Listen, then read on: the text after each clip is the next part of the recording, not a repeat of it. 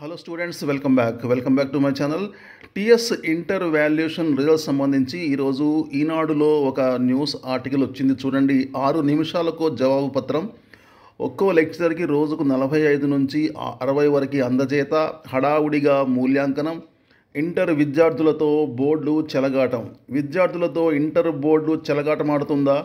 గతంలో జరిగిన తప్పిదాల నుంచి గుణపాఠం నేర్చుకోవడం లేదా? ఇంటర్ జవాబు పత్రాల మూల్యాంకనం తీరు ఇదే విషయాన్ని స్పష్టం చేస్తుంది.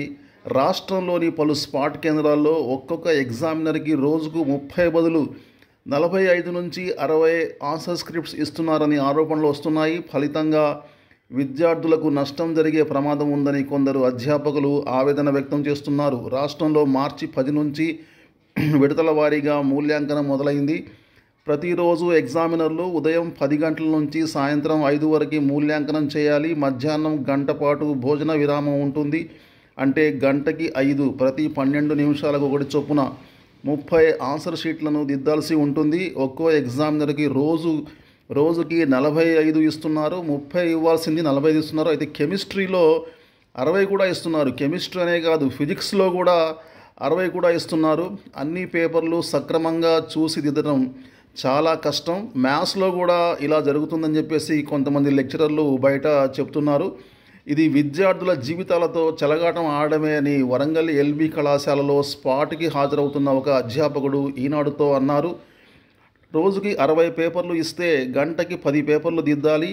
24 పేజీల బుక్లెట్లోని జవాబులను పరిశీలించి మార్కులు వేసి మొత్తం లెక్కించే ప్రక్రియను సగటున కేవలం 6 నిమిషాల్లోనే ముగించాల్సి ఉంటుంది. అది ఒక్క నిమిషం కూడా తేడా లేకుండా టంచన్గా 10కి సీట్లో కూర్చొని ఒక్కసారి కూడా మూత్ర విసర్జనకి పోకుండా టీ కూడా తాగకుండా ఉంటేనే సాధ్యం.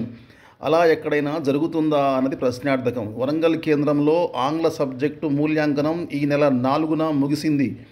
అయితే 8న రిలీవ్ అయినట్లుగా చూపుతూ ఉత్తర్వు కాపీలు ఇచ్చారు అని ఆంగ్లం ఉపాధ్యాయుడు ఒకరు చెప్పారు. అంటే 4 రోజులు అదనంగా దిద్దాల్సిన వాటిని ముందుగానే బలవంతంగా పూర్తి చేయించినట్లు స్పష్టమవుతుంది. మొత్తానికి ఈ నెల 10 వరకు రాష్ట్రంలోని 19 కేంద్రాల్లో మూల్యాంకనం పూర్తి కానుంది. ఇప్పుడు ప్రస్తుతం బ్రిడ్జ్ కోర్సు, వొకేషనల్, అరబిక్ ఇవి మాత్రమే నడుస్తున్నాయి. ఈ రోజుతో మిగిలిన సబ్జెక్టులు అన్నీ కూడా ఈ రోజుతో కంప్లీట్ అయిపోతాయి. ఫిజిక్స్, కెమిస్ట్రీ, మ్యాథమెటిక్స్ అన్నీ ఈ రోజుతో కంప్లీట్ అయిపోతున్నాయి.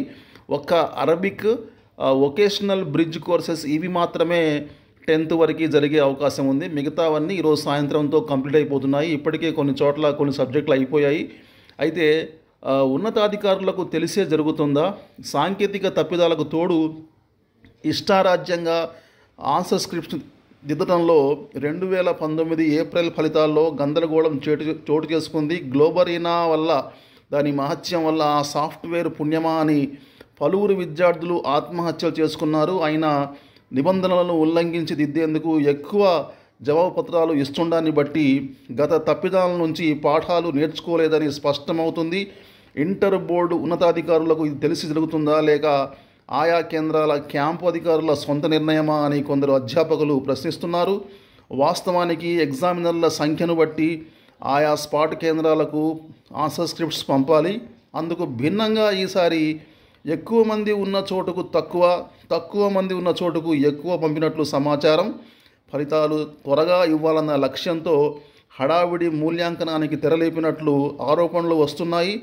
మరోవైపు అధికారులకే మూల్యాంకనపై సందేహం వచ్చిందా, లేక ముందు జాగ్రత్త చర్య అనేది స్పష్టం కాకుండా తప్పిన వాళ్ళకి లేక అత్యధిక మార్కులు వచ్చిన విద్యార్థుల ఆన్సర్ స్క్రిప్ట్స్ను ర్యాండమ్గా రీవెరిఫికేషన్ చేస్తున్నారు. తక్కువ మార్కులు వచ్చిన వాళ్ళు, ఫెయిల్ అయిన వాళ్ళకి, లేక మ్యాక్సిమం మార్క్స్ వచ్చిన వాళ్ళకి అత్యధిక మార్కులు వచ్చిన ఆన్సర్ స్క్రిప్ట్స్ని 2వసారి 3వసారి ర్యాండమ్గా మళ్ళీ అధికారులు పునఃపరిశీలన చేస్తున్నారు. ఇది ఇంటర్ బోర్డు సంబంధించిన న్యూస్ ఆర్టికల్.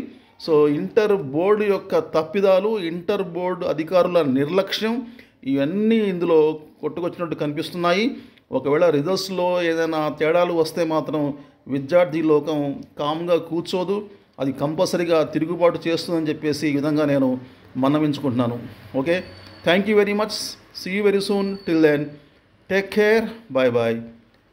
జై హింద్.